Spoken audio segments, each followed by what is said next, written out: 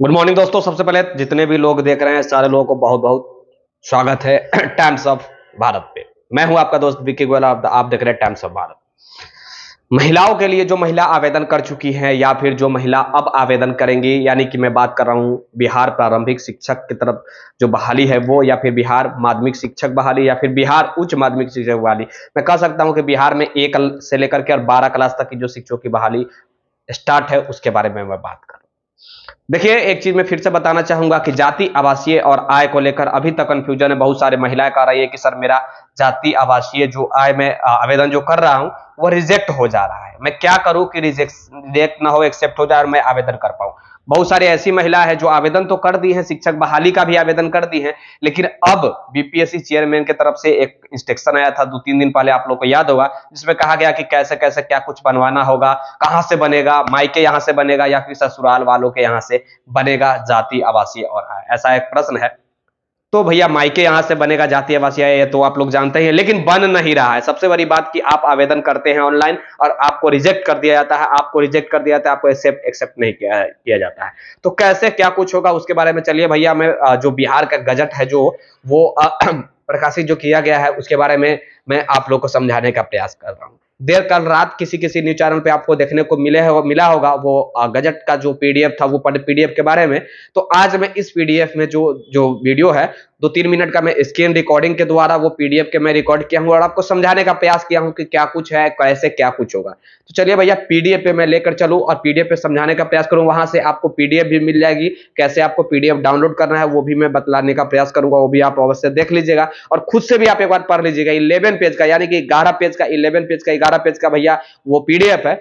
तो मैं अगर पूरा उसको बताने का प्रयास करूं तो बड़ी लंबी वीडियो बन जाएगी। तो इससे अच्छा है कि भैया छोटा शॉर्ट वीडियो में आप लोग को सही जानकारी से मतलब है, सही जानकारी मिलना चाहिए। बड़ा वीडियो नहीं, शॉर्ट वीडियो में ही जानकारी है। तो एक लाइक कर दिया, शेयर कर दिया। जो व्यक्ति नए होंगे भैया वो सब्सक्राइब अवश्य कर दीजिएगा, क्योंकि शिक्षा जगत संबंधी सबसे पहले सबसे सटीक खबर आपको यही देखने को मिलती है।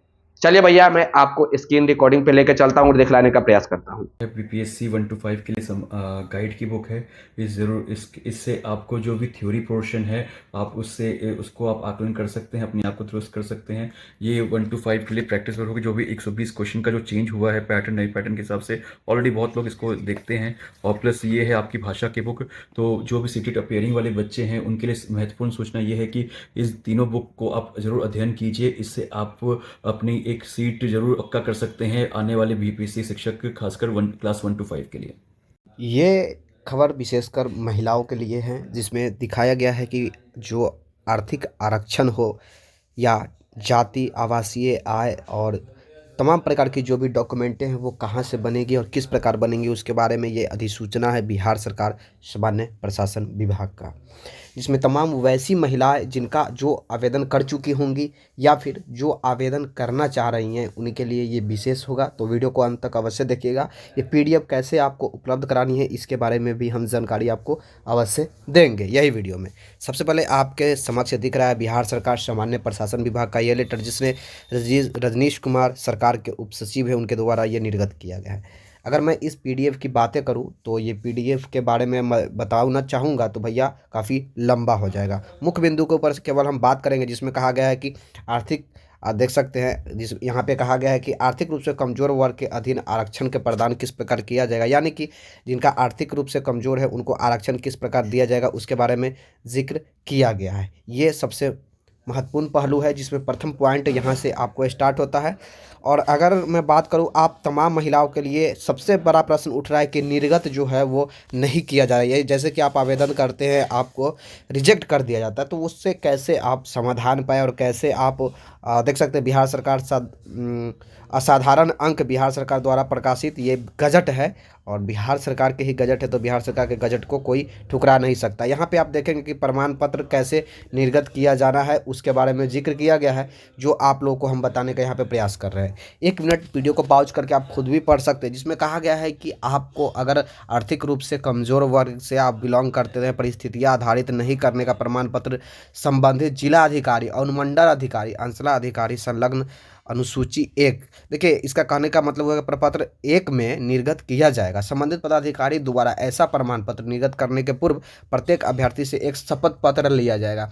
शपथ पत्र में रहेगा कि आप जो है वो अलग आपकी, देखिए इसमें क्या रहेगा, जिसमें अभ्यर्थियों के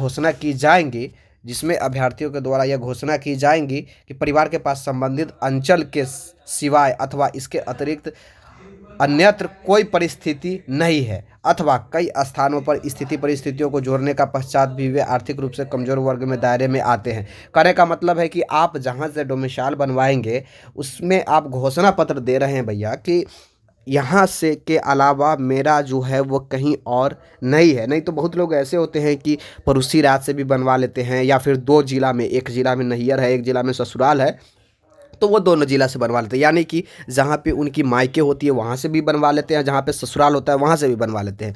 तो आपको घोषणा पत्र देना होगा। घोषणा पत्र अगर आप दे देते हैं उसके बाद आपका जो है एक्सेप्ट कर लिया जाएगा, और जो भी है आपको मतलब बन जाएगा, जाति हो, आवासीय आय जो भी हो वो आपका बन जाएगा। आई होप आप क्लियर हो गए होंगे, आपका क्लियरेंस कन्फर्मेशन हो गया होगा। इसके बावजूद भी जो भी कन्फ्यूजन होगा कमेंट कीजिएगा। अगर मैं ये पीडीएफ की बात करूँ दोस्तों, तो पीडीएफ जो है वो काफ़ी लंबी है, 11 पेज का है। तो 11 पेज का मैं अगर बताना चाहूँ तो भैया काफ़ी लंबी हो जाएगी, और मैं नहीं चाहता हूँ कि ज़्यादा लंबा वीडियो हो। शॉर्ट वीडियो में सही जानकारी आप लोग को मिलना चाहिए। अब ये पीडीएफ कैसे मिलेगा इसके बारे में जानकारी मैं आप लोग को दे दूँ।